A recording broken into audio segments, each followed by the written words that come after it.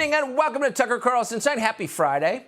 If there's one thing we have learned about the people who make the rules, it's that they have no intention of following them. Any of them. Ever. Ever. They command you to wear a mask as you jog alone in the park while they head to dinner barefaced at the French Laundry. That happened.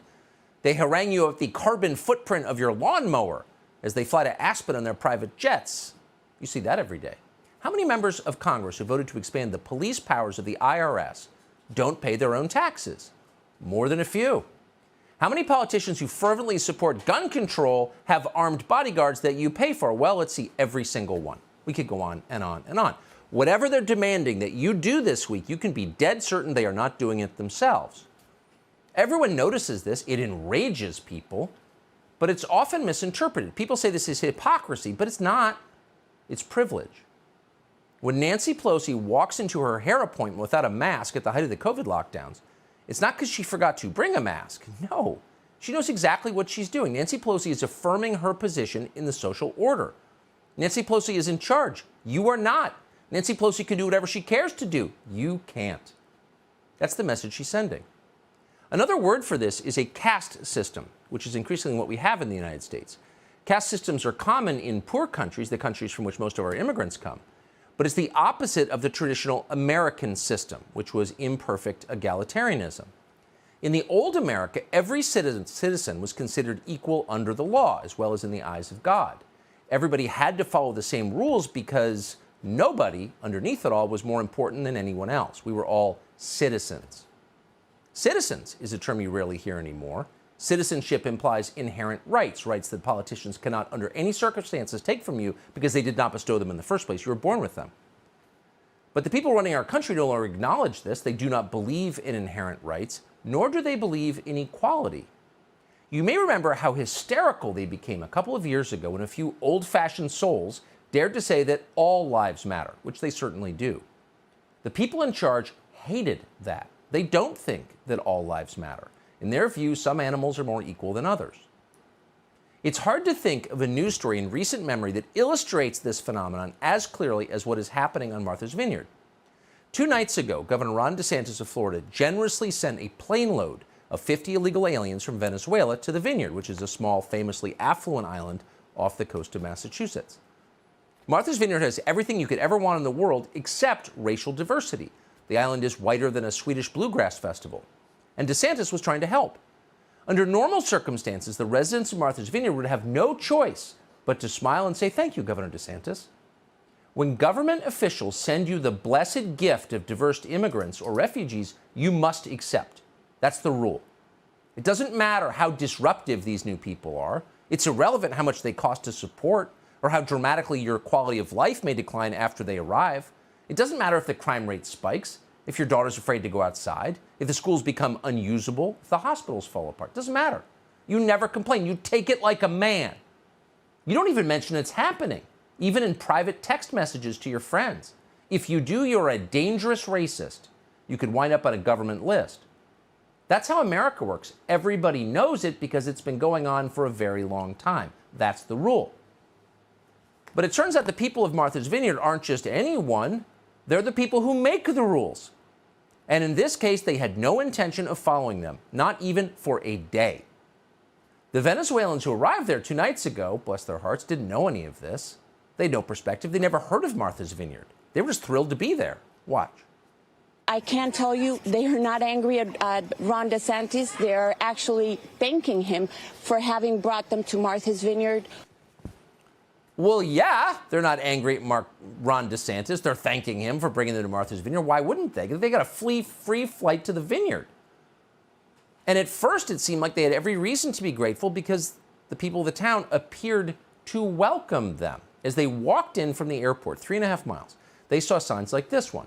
On Martha's Vineyard, the sign reads, "We stand with immigrants, with refugees. All are welcome here.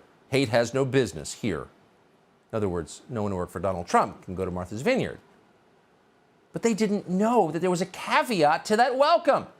Hate is not welcome here. Okay. Then on Thursday, an elected official on the island gave the migrants even more reason for hope. And we're quoting, "This is a community rallying to support immigrant children and families," said State Representative Dylan Fernandez. It's the best of America. And then to prove his point that Martha's Vineyard will do whatever it can for immigrants, Fernandez uploaded this picture onto social media because, of course, everything is a social media opportunity. The picture shows several Venezuelans gathered on a porch. One of them is wearing a shirt celebrating Ruth Bader Ginsburg, notorious RBG, it says. Clearly he got that from a local.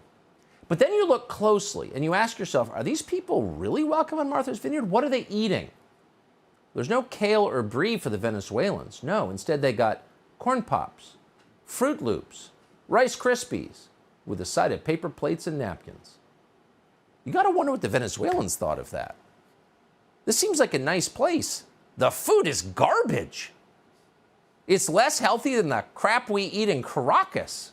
Way worse. Why are they feeding us this stuff? Corn Pops, really? Fruit Loops? What message are you sending? And of course the message was really clear. The serfs eat garbage. I think, what do they eat? What does your average Venezuelan eat? I don't know. Fruit Loops? Venezuelans love Fruit Loops. So the Venezuelans may have gotten a hint that they weren't really welcome there.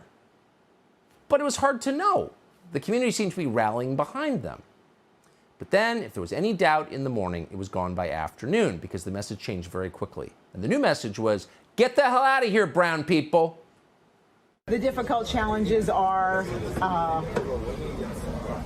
we have, at some point in time, they have to move from here to somewhere else, right? We don't have the services to take care of 50 immigrants, and we certainly don't have housing. We're in a housing crisis as we are on this island, and so we can't house everyone here that lives here and works here. We don't have housing for 50 more people. We don't have housing for 50 more people. Says the lady on an island that literally has more than 100,000 empty beds at that exact moment. Because it's a seasonal place. And more than 100,000 seasonal residents are gone. So effectively, Martha's Vineyard was the largest dormitory in the United States. But no, there's a housing crisis. At some point, they're going to have to leave, meaning in like 8 minutes max. So there was a guy who's the leader of a nonprofit group who stepped up to help the refugees, and he had a different take. He said the problem wasn't the housing at all, it was the migrants. And we're quoting now. It's like me taking my trash out and just driving to different areas where I live and throwing my trash there, this man told NBC News. Oh, they're trash. They're human garbage. They're not even real. They have no souls. Do they have souls, Venezuelans? Do refugees have souls? I don't know. They're just like trash. Someone dumped them on the front lawn. Let's give them Fruit Loops and get them out of here. Yeah. Call the truck, have them hauled away. NBC News actually tweeted out that quote, calling our beloved sacred immigrant community, these non-documented immigrants, trash. And then once they realized that they'd revealed how they really feel, they deleted it a few moments later. Now, not everyone on the left, we should tell you, was so intent on sending these migrants away. Novelist Jane Chittick, for example, offered this alternative, quote, I would love to see the Obamas open up their huge property and erect tents and look after all these people while they're being processed, she said. Well, actually, we're always in search of the one decent liberal left in America. Maybe Jane Chittick is the one, because that's a pretty fair point. And Barack Obama has a long documented history of having people on his front lawn. In fact, he set up a tent city to house hundreds of people for, himself, his own birthday party. So could he do that again? Of course. And he should, because to do anything less than that, Barack Obama himself told us, would essentially punish the people of Martha's Vineyard. Mistreating immigrants would rob them of what makes America a worthy country. Watch this. America is a nation of immigrants. That's our strength. And the notion that somehow we would stop now on what has been a tradition of attracting talent and strivers and dreamers from all around the world, that would rob us of the thing that is most special about America. Right. So if people don't camp out on your lawn, people have no right to be here in the first place. You're only hurting yourself. But Obama, even on Martha's Vineyard, where approximately 100% of people voted for him and love him, even on Martha's Vineyard, he could not make the sale. He could not get people who actually live there to agree with that. They did do one thing, though. They set up a GoFundMe, which they called an urgent plea. And they told us this was a way to help the migrants. And we're quoting from GoFundMe. Martha's Vineyard is a community of open-hearted individuals that view these migrants as people, not political pawns or trash. However, continuing the quote, the island is a resort community with only 20,000 year-round residents, and it already faces a shortage of affordable housing and off-season jobs. Oh, it's just not rich enough. They don't have enough beds. It's one of the richest places in the United States, and it has more available beds than any other place, probably in North America right now. But it's just, they can't swing it. But you can do your part by donating to the fund. And by donating to the fund, they'll help the migrants. Well, a lot of people believed it. The fund raised $40,000. But here's the best part. You're going to love this part. How much of that money is going to the migrants? Oh, none. None. An update on the fundraising page reveals that the funds will instead go toward, and we're quoting, building up a reserve to assist situations like this in the future, rather than directly helping this group of migrants in their situation. In other words, Martha's Vineyard is building itself an endowment, just like Harvard. Oh, it's amazing. An endowment for Martha's Vineyard, not to help anyone, but because why wouldn't Martha's Vineyard want an endowment? Okay.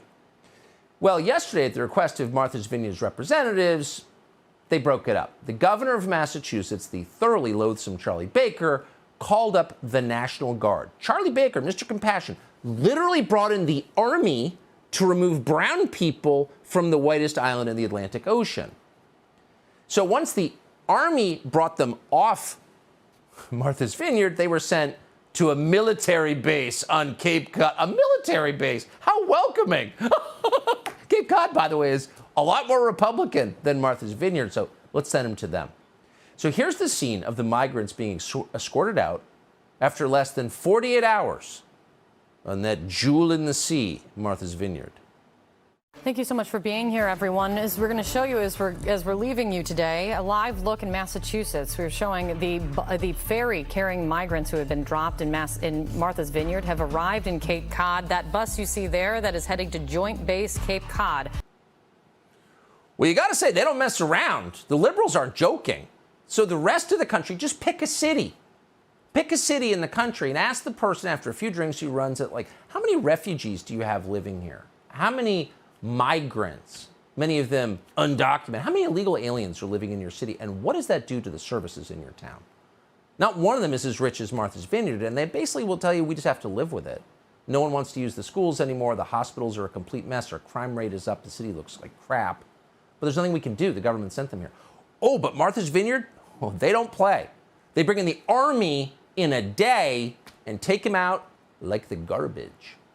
So there's a lot of irony here, and we're going to try to unpack it as quickly and crisply as we can. But it was just a day ago that we were told that Ron DeSantis was a human trafficker. He was, in fact, comparable to Adolf Hitler, said Ken Burns, America's filmmaker, because he had organized the transportation of migrants from his state to Martha's Vineyard. Watch. This is so cruel and so unnecessary, so uncalled for, and so brazen.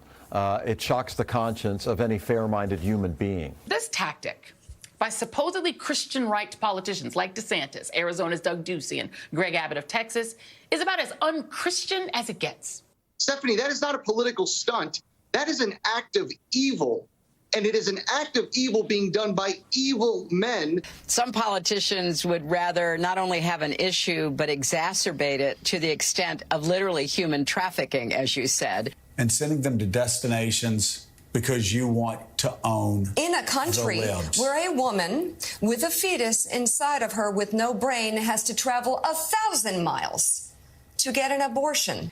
Look, here is short Ron DeSantis and, frankly, Greg Abbott and Doug Ducey. We hate immigrants. Get the F out, and we will help you get the F out. These people.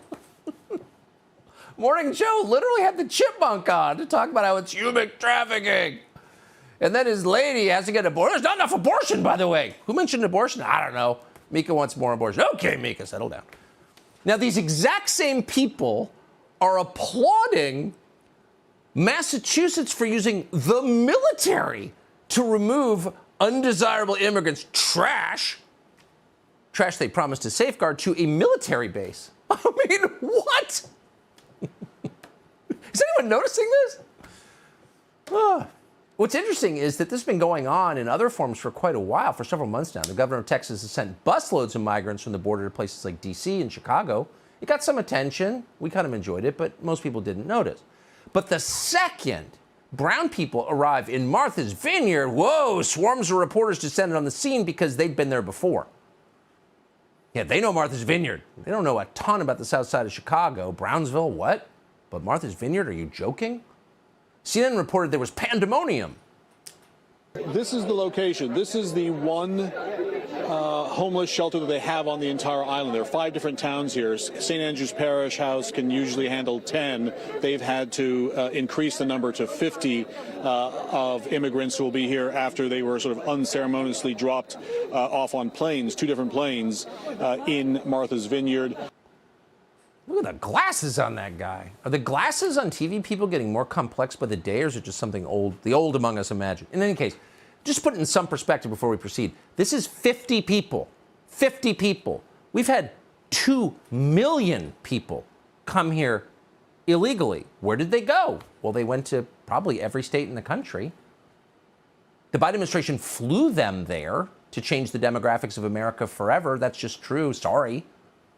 And no one said a word. But 50 people? It's chaos in Martha's Vineyard. So why is only Ron DeSantis a human trafficker for doing this? Why is only Ron DeSantis a human trafficker for doing this? It's interesting. According to Gavin Newsom, he's a kidnapper. Why did no one say that about Greg Abbott or Charlie Baker or Joe Biden, for that matter? As we've said, for more than a year, the Biden administration has flown illegal migrants throughout the country, often in the middle of the night. We showed you footage of these flights. They're happening in secret. Secretly flying people around the country? Isn't that what the cartels do? But Biden is doing it. And by the way, to his credit, he said he would do it. During the presidential campaign, he promised to relocate migrants throughout the U.S. In fact, he announced that America has room for millions and millions of illegal migrants. Watch this. We could afford to take in a heartbeat another 2 million people. The idea that a country of 330 million people cannot absorb people who are in desperate need and who are justifiably fleeing oppression is absolutely bizarre. Absolutely bizarre. Yeah, it's bizarre. You're a bigot if you're not into it. By the way, again, just for perspective, the one thing that should never be partisan is immigration policy. Because immigration policy is the one policy that's irreparable. It changes your country forever. So you should have a broad consensus about what you want your country to become before you tamper with the formula. But someone like Joe Biden, who is only partisan, that's it, doesn't care. By the way, what happened after Biden transported all these people around the country, hundreds and hundreds of thousands? Well, in one community in Florida, a community that can, quote, afford more illegal migrants, a 24-year-old Honduran man ended up murdering a father in his own home. That was in Jacksonville. So that didn't get a ton of attention, but apparently people on Martha's Vineyard were watching. They don't want that. And that's why the minute Biden's voters have to deal with Venezuelans seeking the American dream, they call in the National Guard to ship them to military installations. As Florida's governor said yesterday, this really does have to end. And all those people in D.C. and New York were beating their chests when Trump was president, saying they were so proud to be sanctuary jurisdictions, saying how bad it was to have a secure border. The minute even a small fraction of what those border towns deal with every day is brought to their front door, they all of a sudden go berserk, and they're so upset that this is happening. If you have folks that are inclined to think Florida is a good place, our message to them is we are not a sanctuary state, and it's better to be able to go to a sanctuary jurisdiction. And yes, we will help facilitate that transport for you to be able to go to greener pastures. Yeah, greener pastures. Aspen next. And by the way, every Ivy League college, all 7 of them, and then maybe you hit Wesleyan and Bowdoin and Stanford, the places that support above all other institutions in this country that support illegal immigration, that have more funding per capita than any other institution in the United States. They're the richest places in America, our college campuses, liberal arts college, elite liberal arts colleges. How many migrants and refugees are they taking? 0. Let's hope the next stop in this process is there. And let's also hope that the governors of sane states are watching how Democrats handled this. Within 24 hours of having immigrants dumped on their shores, the people of Martha's Vineyard had the military move them out. Why is nobody else doing that? True. There's no longer any reason that Republicans shouldn't do that. This is the template. In Texas, Arizona, Florida, etc. They should do the exact same thing. Subscribe to the Fox News YouTube channel to catch our nightly opens, stories that are changing the world and changing your life. From Tucker Carlson tonight.